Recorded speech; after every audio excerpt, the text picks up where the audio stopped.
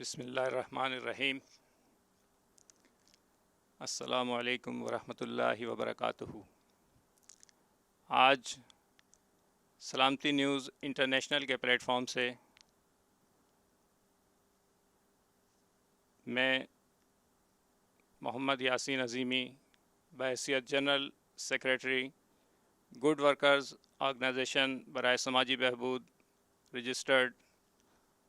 محکمہ سماجی بہبود سندھ آپ تمام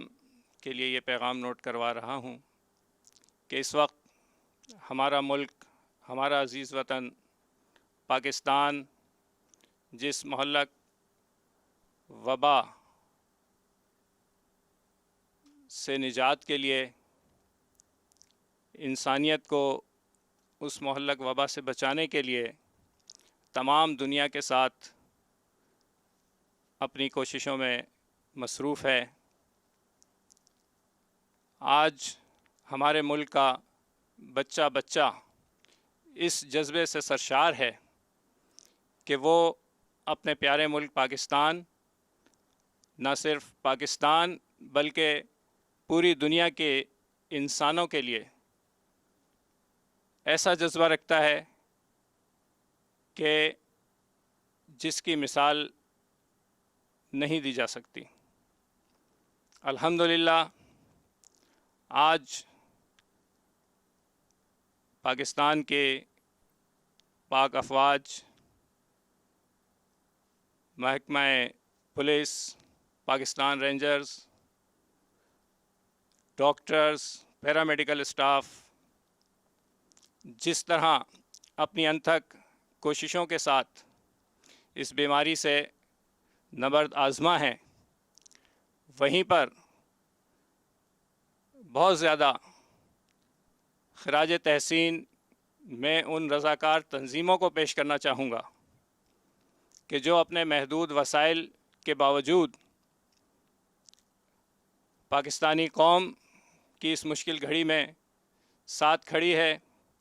اور اپنے محدود وسائل کے باوجود انتھک محنت کے ساتھ بے لوث خدمات انجام دے رہی ہیں، اور فرنٹ لائن پر ان تمام ڈاکٹرز، پیرامیڈیکل اسٹاف و دیگر حکومتی و ریاستی اداروں کے ساتھ شانہ بشانہ اپنی جان کی پرواہ کیے بغیر اپنے ملک کے لیے، اپنے وطن کے لیے جد و جہد میں مصروف ہے، اس مہلک وبا سے لڑ رہی ہے۔ میں سلام پیش کرتا ہوں ان تمام افراد کو کہ جو کسی نہ کسی طرح اس مہلک وبا سے نبرد آزما ہیں اور اپنی کوششوں میں مصروف ہیں۔ یہاں بحیثیت قوم کے ہر فرد کی بھی یہ ذمہ داری ہے، اس کا یہ فرض بنتا ہے کہ وہ حکومت کی جانب سے، صحت کے اداروں کی جانب سے اور تمام متعلقہ نشر کی جانے والی ہدایات پر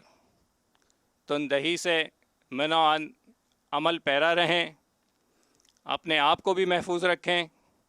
اپنے پیاروں کو بھی محفوظ رکھیں اور پوری انسانیت کو بھی محفوظ رکھنے کا ذریعہ بنیں۔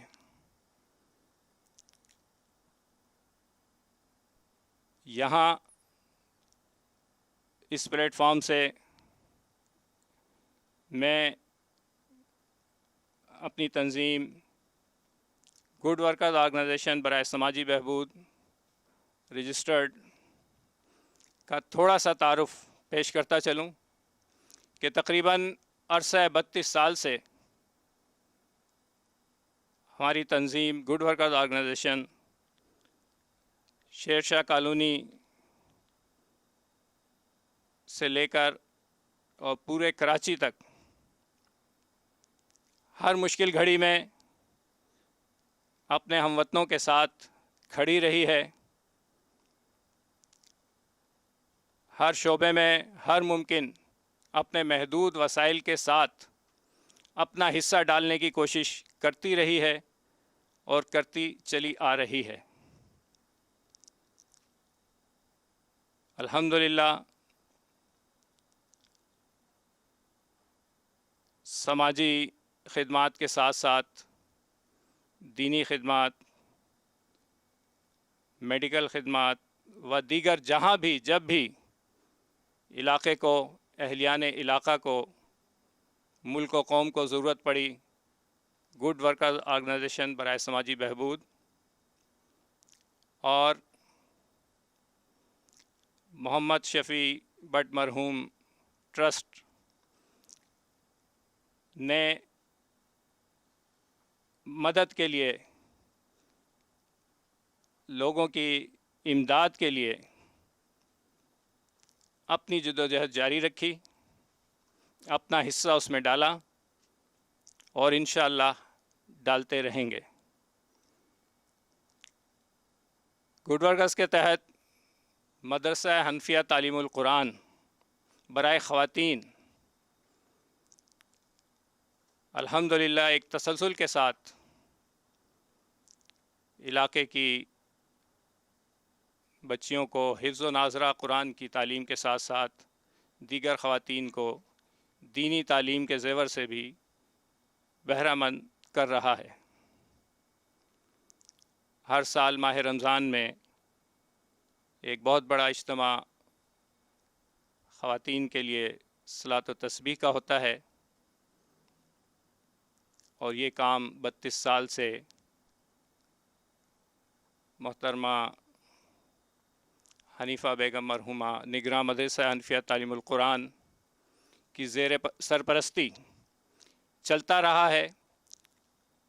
اور ان کے وصال کے بعد اب بھی مدرسے کی انتظامیہ اس مشن کو جاری رکھے ہوئے ہے۔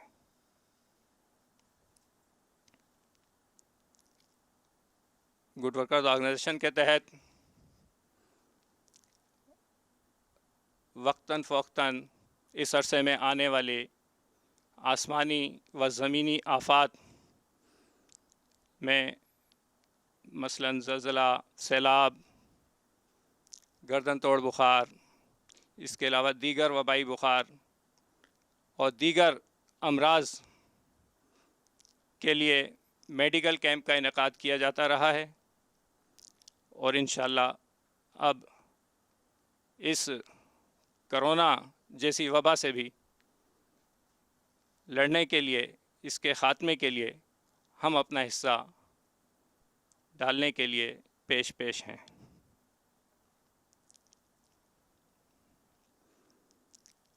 الحمدللہ اس وقت حکومتی سطح پر جس طرح اس بیماری کے ساتھ ساتھ غربت کے حوالے سے بھی بات کی جا رہی ہے، حفاظتی تدابیر کے تحت اختیار کیے جانے والے لاک ڈاؤن کے اثرات کے تحت جو لوگ متاثر ہو رہے ہیں